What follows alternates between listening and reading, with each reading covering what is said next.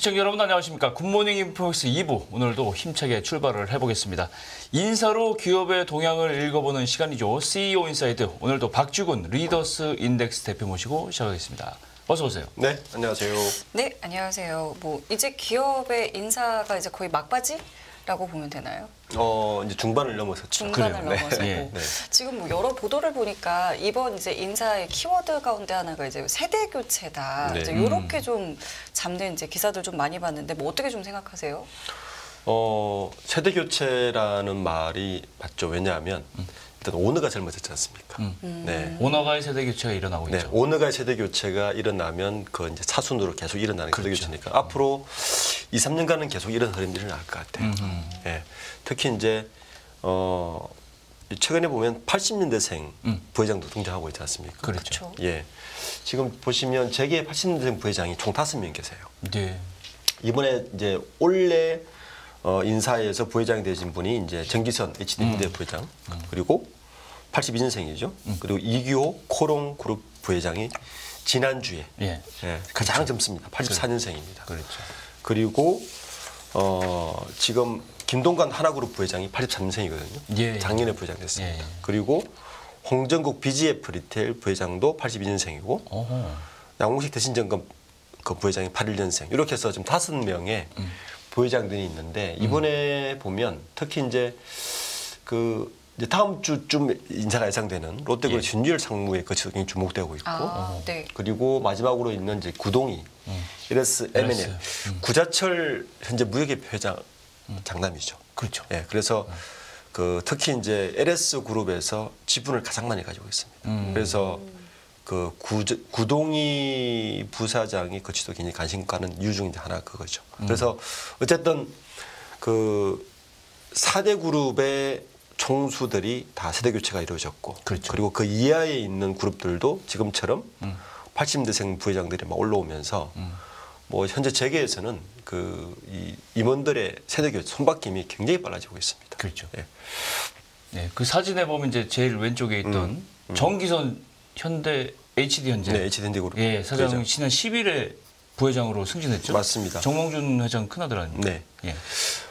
이제 투자하시는 분들이 특히 저는 이제 오너들이 어떤 행보를 하고 있고 어느 쪽에 관심을 가지고 있는가가 굉장히 투자 포인트에 중요합니다. 왜냐하면 그 오너들이 가 있는 그 기업은 주가 무조건 오르게 돼 있고 투자가 많이 할 수밖에 없습니다. 그렇죠. 그러면 현재 이제 이 정기선 부회장도 보시면 지금 지난 10일 날 부회장이 됐는데 우선 현대그룹 HD 현대그룹에서도 가장 큰 변화가 이전 역대 정몽준 이사장이 있었던 모셨던 가신그룹들 다 이번에 용퇴를 했습니다. 대표적으로 HD 한국조선해양 부회장이었던 가사면 유명하신 분이죠. 그렇죠. 이번에 용퇴하셨고요. 네. 그리고 HD 현대중공업 부회장이었던 한영석 부회장도 이번에 용퇴하셨습니다.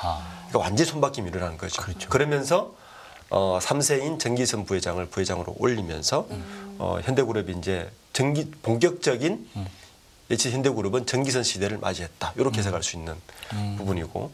그럼 정기선 부회장은 어디에 관심이 있느냐? 네. 여기 80년대생 부회장들의 공통점들이 하나 있어요. 키워드가. 친환경, 수소, 에너지. 이 80년대생 지금 제가 아까 방금 5명이 네. 했는데 대신정권의 양 부회장을 제외한 나머지 4명의 공통적인 키워드는 수소, 에너지, 친환경 요 3가지 키워드를 공통적으로 가지고 있습니다. 그렇군요. 지금 정기선 부회장도 네. 이번에 원래 HD 현대중공업이 우리가 조선사로 알고 있지 않습니까? 네. 최근에 어디다가 지금 굉장히 역점을 두고 있냐면 수소 사업입니다. 그렇군요. 드림 2030이라고 해서 수소 드림 2030이라고 해서 예. 이 수소 사업하고 그리고 미국 소형 원자로인 SMR 테라파워에다 투자도 이미 계약을 해서 그러니까 수소와 에너지, 친환경 쪽에 굉장히 발빠른 움직임을 하고 있습니다. 그리고 또 하나 키워드가 AI하고 로봇. 이 로봇 쪽은 굉장히 뜨지 않습니까? 그렇죠. 로봇은 크게 이제 산업용 로봇하고 협동 로봇 시장이 있는데 지금 주식 시장에서 굉장히 뜨고 있는 곳은 협동 로봇 시장이에요. 그러니까 레인보우 로보틱스라든지 예. 두산 로보틱스는 협동 로봇 시장이에요. 예를 들어 협동 로봇 우리가 컨셉이 어떤 커피를 만들어 준다든지. 그렇군요. 그러니까 사람이 근처에 있는데 사람을 보조해서 할 수 있는 협동 로봇 시장이거든요. 이 시장이 굉장히 빨리 크고 있어요. 네. 우리가 익히 알고 있는 그 산릉 로봇은 자동차 공장이 이렇게 뭐 맞아요, 한다. 맞아요. 자동화 컨베이어 벨트 전혀 자동화 같은 거. 생활에서 볼 수 볼 수 없는 그 없는. 산릉 로봇인데 HD 현대중공업이 가지고 있는 현대 로보틱스가 산릉 로봇 시장의 주력이고 네. 이제 협동 로봇 시장의 주력은 두산 로보틱스 이번 상장한 그리고 그 삼성전자가 투자한 레인보우 로보틱스 그렇군요. 그리고 하나그룹에서도 시작했습니다. 그래서 이제 현대 로보틱스에서도 요 협동 로봇 시작을 시작한다는 말이 있어서 어쨌든 정기선 부회장이 그리고 있는 HD 현대중공업은 우리가 알고 있는 HD 현대조선공업과 달라질 수 있다. 그러네요. 그러네요. 그러면 투자 포인트에도 오너가 관심 있는 쪽에 투자도 많이 일어나고 그렇지. 주가는 오르거든요. 그렇지. 그래서 이 오너의 변경과 인사가 되게 중요합니다. 현대중공업은 수소 쪽이 앞으로 굉장히 신경을 쓰고 있구나 하는 걸 문제 두시면 좋겠습니다. 그렇군요. 네. 또 코오롱에서도 이 이웅열 코오롱 명예회장의 장남인 이규호 네. 부회장으로 또 승진을 했는데 네, 그렇죠. 뭐 이것도 그냥 같은 맥락으로 좀 보면 될까요? 요 코롱의 이규호 부회장 승진은 굉장히 사실 이례적이에요. 왜요? 왜냐하면 두 가지 면에서 이례적인데 일단 이규호 부회장은 이제 코롱은 주 코롱이 지주회사 기업이거든요. 네네네. 그게 지분을 이웅률 회장이 47.8%를 가지고 49.7% 그 50%를 가지고 계시는데 그렇죠. 아들인 이규호 부회장에게 전혀 주지 않았습니다. 한 그러니까 주도 지분이 없는 상태에서 아하. 그러니까 사장 아. 작년에 사장 승진했거든요. 예. 네. 그러니까 1년 만에 제가 보시면 2019년도에 전무, 21년도에 부사장, 23년도에 사장, 24년도에 부회장입니다. 굉장히 빠르게 지금 초고속 승진을 초고 승진을 했죠. 하고 있죠. 그리고 현재 그 재계에서 부회장단 중에서는 가장 어립니다. 84년생. 84년. 예. 그래서 코롱그룹 홍보팀에서도 제가 이렇게 그 질의를 한 걸 보니까 굉장히 좀 어색한 반응, 너무 빨리 진급을 하니까 했는데 이 이규호 부회장도 특징이 아까 뭐라 그랬죠? 공통점이 수소. 예, 이 코롱도 수소 사업의 구축에 굉장히 일을 올리고 있습니다. 그렇군요. 우리가 보통 코롱 그러면 우리가 이제 주로 그 섬유 합성, 뭐 화학, 뭐 그쪽이 주력이죠. 네. 그리고 코롱 글로벌이 건설이 하나 있고요. 건설. 그리고 뭐 코롱 인더스트리 정도 갖고 예. 있는데 이규 부회장이 지주사에서 이제 CS를 맡고 있었거든요. 예. 최고 전략 책임자. 네네. 이때 주로 관심을 가졌던 게 수소 사업 밸류체인입니다. 그리고 요 관련해서 코롱 모빌리티까지 해서 이게 보면 비슷한 또래 김동관 부회장.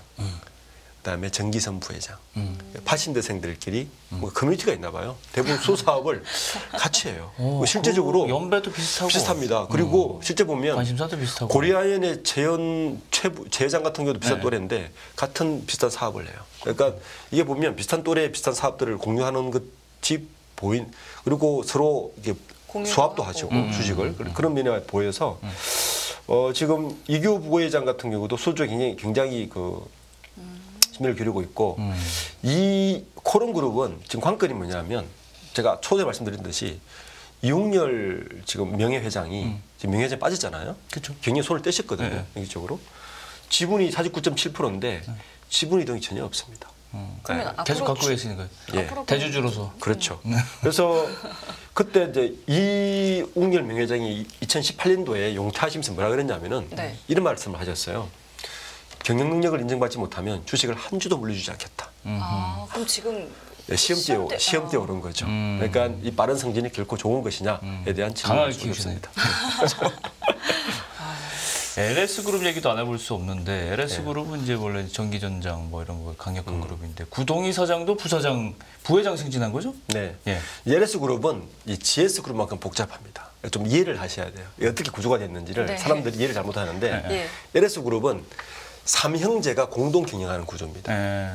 그러니까 LG 그룹의 창업자 구인회잖아요. 네. 구인회에 3명의 동생이 있어요.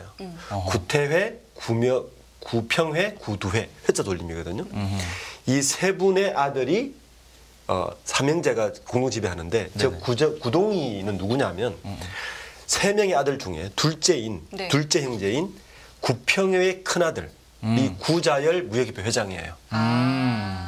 그 둘째 형제의 구평회의 그 큰아들이 구자열 현재 무역협회 회장인데 네. 그 현재 LS그룹 이사회 의장이고 네네. 그 집의 장손이 바로 구동입니다. 그래서 관심이 많습니다. 그렇군요. 원래는 LS그룹 회장이 옛날 돌아가신 구자홍 CEO였거든요. 그렇죠. 구자홍 CEO는 첫째 동생인 구태회의 큰아들이에요. 아. 그러니까 둘째 동생인 구평의 큰아들이 구자일이니까 예. 지금 그 구자홍 CEO의 그 돌아가신 구자홍 CEO의 큰아들인 구본웅 CEO는 네. 별도 분리했습니다. 마흔그룹 회장으로. 그리고 그러니까요. 그 지금 구자열 그 이사장이 주로 이제 이 LS 그룹을 이끌고 있는데 거기에 장손인 이 구동휘 부사장이 부사장. 이번에 승진한 것에 대해서 굉장히 관심이 많은 거죠. 왜냐하면 이 4세 중에서도 지분이 가장 많습니다. 특히 이제 구동휘 그 현재 그 이번에 옮기면서 대표이사를 몇 번 했어요. 그 일렉트릭 대표도 했었고 뭐 이원 대표도 했는데 이번에 부사장이 되면서 어디에 지금 관점을 두고 있냐면 여기도 배터리입니다. 배터리. 네, 그래서 관심이 많습니다. 전기차입니다. 다 에너지 산업을 일단 다 거치고 있거든요. 그렇죠. 그 공통 키워드가 있죠. 특히 이제 이건 이번에 구동휘 그 부사장이 광고 제도냐면 LS M&M 좀 생소하죠. 네. 빛을 재료를 주로 하는 곳인데 LS M&M에서 주로 하는 게 2차 전지 중에서 망간 니켈 쪽을 합니다. 그러니까 전구체 재료를 주로 전구체 재료. 재료를 만들어요. 그래서 목적이 뭐냐면 구동희 부장이 이쪽으로 가서 제가 볼 때는 성과를 만들어주기 위해서 간 거다. 그리고 LS M&M이 내년에 아마 IPO를 시도할 겁니다. 회사 가치가 2조가 좀 넘거든요. IPO도 성공시켜야 되고. 그러니까 이렇게 보시면 돼요. 아, 오너의 막강한 3세가 갔다. 3세가 갔다. 그 계열사의 주력으로 갔다. 그러면 거기는 분명히 투자가 일어나고 IPO가 일어날 가능성이 크다. 그렇죠. 내년에 아마 대형 IPO 중에 소재 하나가 LS M&M이 될 가능성이 크고 LS M&M 역할은 뭐냐면 우리나라 전구체 시장은 그 세계 기업이 합니다. 포스코 그룹에서 한 그룹에서 하고요. 그리고 에코프로 그룹에서 이번에 에코프로 머티리얼스가 전구체 네네. 사업을 해서 IPO를 했죠. 네. 우리나라 전구체는 80%가 중국에서 수입을 해요. 이 전구체가 중국에서 들어오면 지금 IRA법 때문에 굉장히 애매해요. 그렇죠. 이걸 빨리 자급화를 시켜야 되는데 그 자급화를 이거 위해서 수출된 첫 번째 상장한 되죠. 회사가 LS 그 에코프로 머티리얼스 그리고 포스코 그룹 자회사에서 포스코 케미칼에서 다 케미칼. 하고 있고 네. 자 나머지 한 곳이 어디냐 LG 에너지솔루션이 그 2차 전지를 하고 있지 않습니까? 네네. 같은 LG 범 LG 가니까 범 LG가죠. LS 그룹에서 전구체를 지금 투자를 하고 있는데 그 LS 그룹의 전구체의 원재료 니켈, 망간 같은 걸 누가 하느냐 LS M&M이 하겠다라고 선포한 것이고 투자를 할 것이고 내년에 IPO를 하는데 그게 선봉으로 구동희 부장이 섰다. 이렇게 해석하면 될 것 같습니다. 그렇군요. 아니 조금 다른 얘기지만 지금 범 LG가들은 굉장히 코퍼레이션 협력이 잘 되는 것 같아요. 실제 그렇습니다. 네, 왜냐하면 실제로. 이게 그 이번에 전라북도 새만금에 1조 8천억 투자하거든요. 네. LS 그룹에서 2차 전지 관련해서 여기에 LNF도 범 LG가 해요. 그래요? 네. 아, 다 LG가끼리 지금 뭉쳐서 하는 겁니다. 그러네요. 네, 그래서 LS M&M이 전략 투자하는 것도 범 LG가 회사 같이 해서 이미 밸류체인이 구성되어 있죠. 네. 그래서 우리나라 2차 전지는 이제 3파진이 일어나게 됐습니다. 그러니까 에코프로 그룹, 그다음에 포스코 그룹, 그렇지. 그다음에 LG 범 LG 그룹 이렇게 보시면 될 것 같습니다. 그렇죠.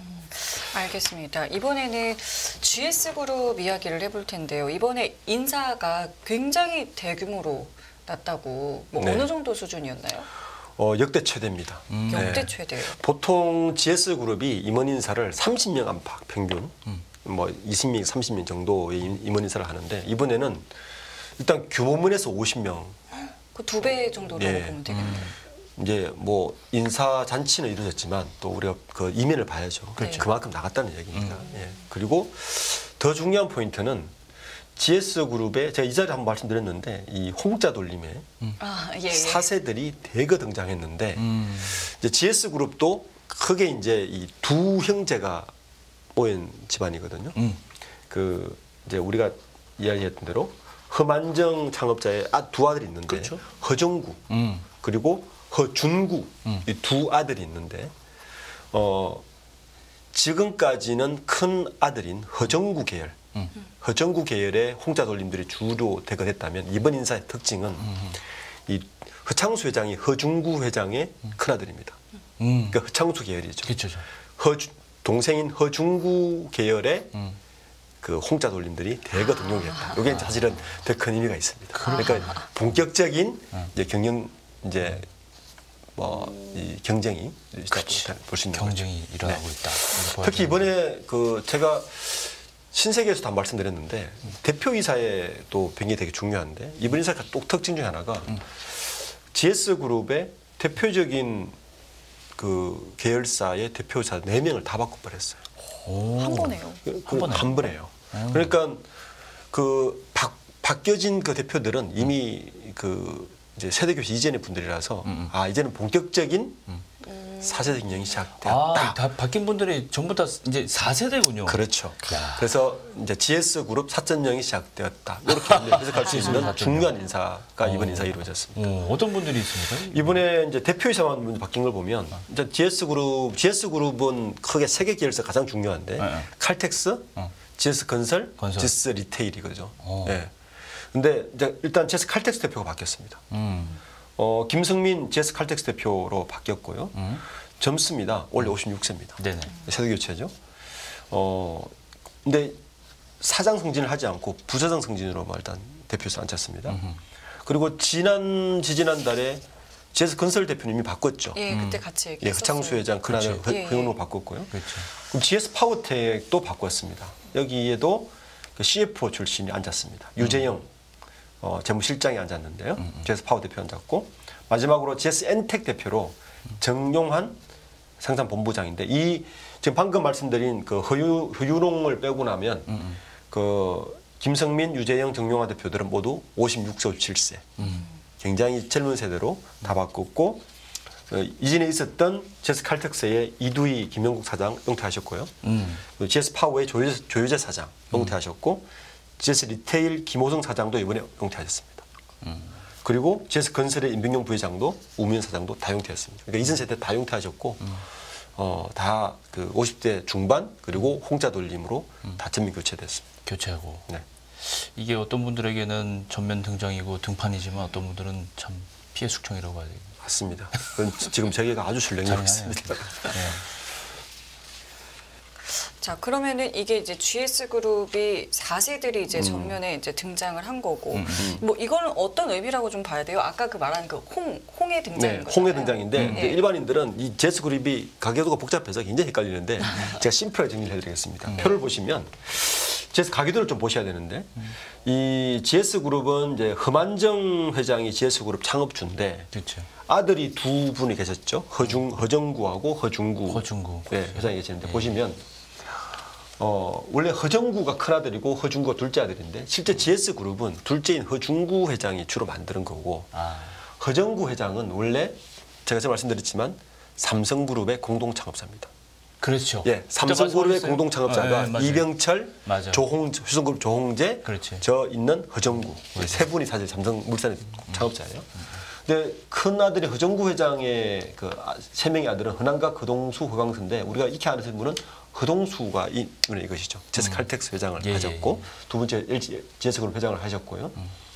그 아들이 저 허정구 회장의 그러니까 사세들이죠. 사세들이 허남각 회장의 큰아들이 허준홍이고 허동수 회장의 큰아들이 허세홍이고 그다음에 허광수 회장의 큰아들이 허수홍인데 이 세 분은 이미 승진을 다 하셨어요. 그리고 다 70년대 생입니다. 그래서 사장, 부사장으로 이미 승진을 하셨고 이번에 인사가 난 거는 이 저 허중구 계열, 허중구 명예회장의 계열인 허창수 회장의 큰아들인 허윤홍 회장이 GS 건설 사장이 되신 거고 그리고 허정수 회장의 큰아들이 허철홍, 허용웅 회장 사장과 동갑입니다. 이번에 부사장으로 전무에서 부사장으로 승진을 하셨고 그리고 허진수 고문의 아들인 허치용 상무가 이번에 전무로 승진했습니다. 그러니까 이번에 인사는 올해 인사는 이 둘째인 허중구의 계열들이 전면 등장을 한. 그래서 이제는 이 허정구 큰아들 쪽의 손자들과 그리고 허중구 둘째의 손자들 간의 본격적인 이제 경영 대결이 일어났다고 보시면 될 것 같습니다. 그러면 이제 핵심은 이제 GS그룹 오너 4세 허서홍 부사장. 그렇죠. 이 이제 주목을 받게 될 텐데 예. 리테일, GS 리테일의 혁신 어떤 키워드가 좀 있었던 거예요? 요게 이제 요번에 허수홍 부사장이 GS에 있다가 어디로 갔냐면은 GS 리테일로 갔어요. 아하. 보직 인사를 했는데 요게 참 의미가 있는 게 네.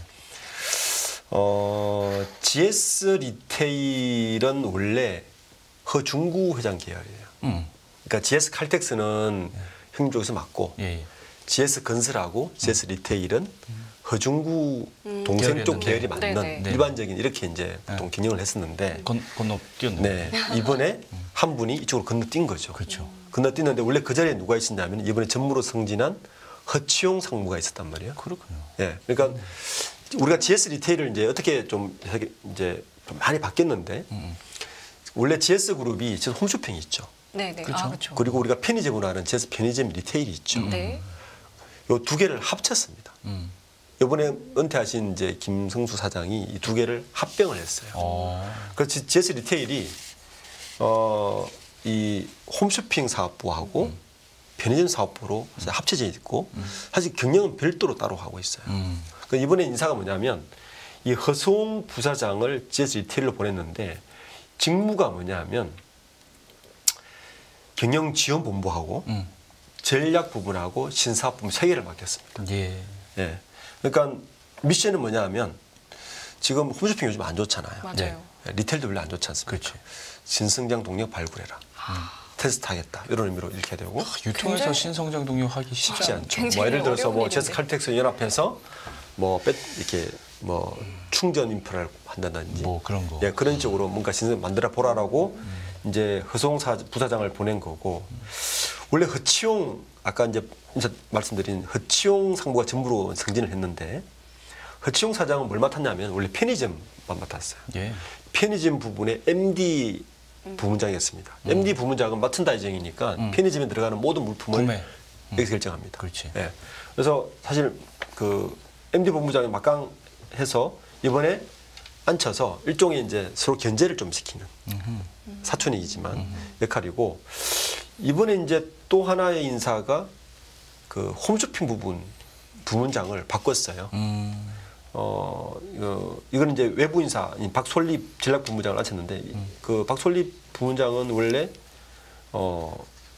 삼성전자 출신입니다. 베인앤컴퍼니 출신이고 이베이 코리아에 거쳐서 물산 갔다가 이쪽으로 왔는데 이게 박솔립 전략본부장을 이번에 그 GS 리테일 그 홈쇼핑 비유장을 맡기면서 그러니까 이렇게 앉힌 거죠. 그 편의점은 허치용, 홈쇼핑은 박솔립 두 명을 앉히고 그 위에 허수홍 부사장을 앉혀서 경영 지원과 전략을 같이 해라. 이런 구도로 지금 바뀐 게 GS 리테일의 가장 큰 이제 변화 중에 하나입니다.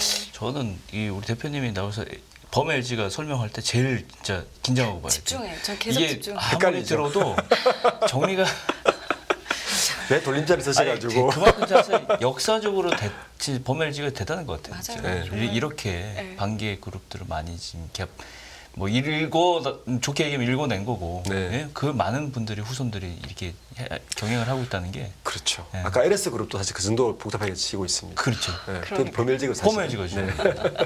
근데 저는 이 4세들이 어쨌든 또 뭐 경영에서 이제 각각의 역할을 하겠지만 지분은 또 다른 얘기잖아요. 지분 그렇죠. 어떻게 좀 갖고 있을까요? 그래서 보통 일반 언론들은 네. 이 지분을 가지고 뭐 누가 앞서니 누구 몇서니 이렇게 말을 하는데 저는 좀 다르게 보긴 하지만 일단 지분을 한번 보면 최근 2017년부터 사실은 이 홍자 돌림들이 이제 경영의 전면에 들었었는데 2017년 제가 추적을 해봤어요. 네네. 17년, 19년, 23년 가장 최근 제가 지난주까지 한번 확인해봤더니 네. 현재 가장 지분이 많은 거는 이 허준호 사장이 가장 많습니다. 그렇군요. 굉장히 많이 올렸죠. 1.86에서 3%까지 올렸습니다. 오. GS의 인데 그리고 허세용 그다음에 허수홍. 허수홍까지는 다 2%대로 다 2%대로. 올렸어요. 그런데 제가 아까 말씀드렸듯이 GS 그룹은 허중구 계열이 원래 부탁드렸습니까? 네. 허중구 계열인 허철홍, 허윤홍, 허치용은 실제로 전혀 변화가 없어요. 그러게요. 이렇게 보면 저거를 가지고 많은 이제 재계 기자들은 해석을 또 해석이 해석을 어려운데요. 원래 그 메인 익스트림이 아닌 형님 쪽이긴 하지만 허중구 계열이 아닌 허정구의 큰형님 쪽 계열이 저렇게 지분을 매입하는 거는 GS그룹의 경영권을 가져오려고 하는 거 아니냐? 본격적인 지분 경쟁 아니냐라고 해석을 많이 해요. 그렇게 볼 수 있죠. 그런데 이번 인사를 보면 역시 GS그룹은 허중구 계열이 주로 맡고 있다. 저는 이렇게 보고 있습니다. 그렇군요. 알겠습니다. 자, 이번에는 저희가 KT 이야기도 해볼게요. KT 복잡해. 복잡해요. 네, 오늘 복잡하죠. 필기조 계속하고 있는데 네. 지금 KT도 좀 뭔가 개편을 좀 하고 있는 중이잖아요. 엄청난 개편을 했습니다. 예, 뭐 제가 어떻게 가고 있습니까? 아마 이 자리에서 연초부터 KT 막 추적하면서 저분이 가시면 칼바람이 불 거다. 네네. 뭐 이렇게 말씀드렸잖아요. 역시 칼바람이 불었습니다. 얼마나 줄였습니까? 네. 임원 20% 감축했고요. 20%요? 네. 이 감축의 의미도 있지만 네. 일단 보시면 이번에 이제 제가 크게 좀 정리를 해드리면 네. 우리 이제 윤석열 정부가 이제 문재인 정부 치우기를 하듯이 똑같이 김영섭 대표가 우리 구현모 전 KT 대표 지우기에 대부분 했습니다. 다 지워버렸어요. 구현모 대표 시절에 제가 어떠냐면은 구현모 대표가 있고 사장 둘에 부사장 7명, 9명 체제거든요. 원래 네. KT가. 네. 그러니까 대표이사가 있고 네. 양쪽에 사장 1명씩 앉히고 7명의 부사장 총 9명 체제였는데 이번에 몇 명 바꿨냐면 9명 중에 7명을 다 바꿨습니다. 7명을 내보냈다는 이야기예요. 네네. 7명 내보냈고 그 중에 딱 2명, 9명 중에 2명의 부사장만 그대로 유지를 지켰는데 이 2명은 외부인 출신입니다. 그러니까 순혈주의를 다 내보낸 거예요. 그리고 이제 7명을 내보냈으니까 사장 승진은 전혀 없었고요. 한 명도 지키지 않았고 부사장이 7명이었는데 2명 보임시켰죠. 5명 남았잖아요. 5명을 2명은 내부 승진을 시키고 네. 3명은 외부에서 데리고 왔습니다. 오. 근데 외부에 데리고 온 이 3명의 외부 인사에 굉장히 말이 많습니다. 왜요? 네, 뭐좀 설명을 드리겠습니다. 예. 일단 그 부서 지우기를 했는데 구현모 전 KT 대표 있을 때 가장 이 핵심을 둔 사업이 뭐냐면 인공지능, 사물인터넷, 빅데이터였습니다. 소위 말하는 뭐 AI, DX 융합 부분인데 네네. 이 사업부를 아예 통째로 날려버리고 그 다음에 이 부분을 전략 신사업 부분으로 재편을 해버렸고요. 또 이제 이 자리에 그 새로 CTO를 앉혔는데 요 일을 하기 위해서 그 현대카드에서 아까 부사장 3명 데리고 왔다 그랬잖아요. 네네. 그 중에 그중에 한 명이 그 오성필 현대카드 부사장을 영입했는데 그렇죠. 네. 이분을 이제 요 자리에 앉힌 게 특징이고 또 이번에 새로운 걸 하나 만들었는데 오성필 부사장은 보시면 뭐 이제 현대카드로 되어 있지만 실제로는 이번에 데리고 온 2명의 이제 인사 중에 공통점이 미국 마이크로소프트 출신 2명을 데리고 왔습니다. 네, 오성필 부사장도 그 출신이고 또 하나 한 분이 누구냐면 이 사업부가 되게 재미있는데 원래는 구현모 대표 시절에 AI, IT 쪽을 많이 클라우드 쪽을 신경 썼는데 예. 이 부분을 이름을 바꿔요. 그 KT 컨설팅 그룹을 하나 신설합니다. 부서를. 이 그룹을 신설해서 누구를 데리고 왔냐 하면은 전무 한 사람을 모시고 오는데 김영섭의 남자라고 불리는 분입니다. 전무를 하나 요번에 데리고 오는데 김영섭 CEO가 장호진 전무는 똑같은 이제 마이크로소프트 출신이잖아요. 그렇죠. 그렇네요. 그러니까 어떻게 있겠냐면은 거의 비슷한 시기에 같이 근무하신 그렇죠. 거예요? 비슷한 시기에 같이 마이크로소프트 근무했고 그런데 더 중요한 건 이분이 이제 더 김영섭의 남자라는 이유 중에 하나가 LG CNS에 같이 근무했습니다. 아하. 그러니까 김영섭 인연이 대표 있네요. 있을 때 LG CNS에서 했던 일이 이제 B2B 쪽에 클라우드 쪽 받았으니까 저분을 데리고 오면서 내가 추출할 분 없느냐 해서 아까 박성필 부사장을 같이 이제 모시고 온 것 같아요. 그래서 이 두 분이 지금 그 변화 가장 큰 변화고 특히 이제 김영섭 사장의 왼팔 오른팔이 될 것 같고 구 전 대표가 있을 때 LG가 늘 강조했던 키워드가 디지코 디지코. KT 이런 그렇죠. 말이었거든요. 네, 네. 이거 해체했습니다. 어머나. 해체하고 예. 이제 이 부분에 전략을 총괄하는 컨트롤 타워 역할을 하는 그룹 트랜스포메이션 부분을 아예 해체해버리고 전략 컨설팅으로 맡겼는데 그러니까 이제 구 전 대표의 조직을 다 이제 와해시킨 거죠. 그리고 사장 내보내고 부사장 5명 내보내고 2명 앉히고 그러니까 남아있는 분은 누구냐? 2명 남아있는데 신수정 부사장하고 서창석 부사장 남았는데 이 두 분도 외부인 출신입니다. 그렇군요. 예, 그러니까 KT에 있던 수뇌부는 다 빼버린 거죠. 이번에 이제 이번 인사에서 이제 너무 구설수에 오른 분이 한 분 계시는 두 분 계시는데 임형규 부사장 그 홍보 쪽에 임을 했거든요. 네. 이분이 MB 캠프 출신입니다. 그래서 좀 뭐 그런 거 아니냐. 또 한 분이 이용복 그 부사장을 법무팀에 모셨는데 법무실장을 모셨는데 이분은 윤석열 대통령의 특검팀 같이 했던 검사 후배입니다. 그래서 이 두 분이 또 같이 영입되면서 좀 구설수에 오르고 있는 부분이 있습니다. 그런데 KT는 이게 정부의 어떤 그 정보통신부도 물론이지만 정부의 큰 그림, 국가의 그 아젠다하고 같이 발을 맞춰야 되기 때문에 네. 좀 그런 점이 이제 제가 편드는 건 아니고 그렇게 그렇죠. 이해를 하면 되지 네. 않을까 하고 네. 한 가지 제가 크라우드하고 그렇다고 해서 크라우드하고 AI를 떼어놓고는 사실 할 수가 KT 없죠. 안 돼. 예. 이게 조직 개편을 한 거지 사업을 벌인다는 의미는 아닐 것 같아요. 그죠? 맞습니다. 그러니까 기존에 사실은 이 조직을 자세히 보면 KT가 하는 일은 같이 가는 것 같아요. 네. 같이 가는데 조직만 이렇게 그렇죠. 뺐다 붙였다 조직을 하는 바꾸는 정도고. 거지 이 사업을 포기하는 건 네. 아니잖아요. 그리고 KT가 아마 AI 쪽으로는 B2B 사업을 굉장히 빠르게 진행할 겁니다. 그렇죠. 특히 그 이번에 KT 컨설팅 그룹의 주요 그 미션이 이 정우진 전무의 주요 미션이 AI를 가지고 B2B 기업들에게 AI를 플랫폼 깔아주고 하는 일을 주로 하라고 아마 제자리에 앉힌 거라서 KT가 지금까지 하던 일은 비슷하게 갈 거고 굉장히 많은 사람은 바뀌었다. 위에 수뇌부들은 거의 다 바뀌었다. 네, 이렇게 보시면 될 것 같습니다. 알겠습니다. 오늘 또 CEO 인사이드 여기까지 함께 하겠고요. 저희 또 다음 주에 뵙겠습니다. 고맙습니다. 고맙습니다. 네, 감사합니다. 예, 그리고 저희가 인사를 드리기 전에 잠시 좀 안내 말씀드릴 게 있는 게요. 저희 연합 인포맥스에서요. 12월 11일에 국제 컨퍼런스를 주최합니다. 기획재정부와 공동으로 함께 하는데요. 글로벌 디스인플레이션 국채시장의 기회와 도전 과제라는 이제 주제로 마련을 했습니다. 관심 있으신 분들은 유튜브 더보기란을 보시면요. 신청하실 수도 있고 참석도 하실 수 있으니까요. 함께 많은 관심 부탁드리겠습니다. 네. 깊이가 다른 경제 뉴스 연합뉴스 경제TV 경제 언박싱 오늘 여기서 마무리하겠습니다. 네, 시청해주신 여러분 감사드리고요. 저희는 내일 이 시간에 다시 찾아뵙겠습니다. 지금까지 김경훈 성님이었습니다. 고맙습니다. 고맙습니다.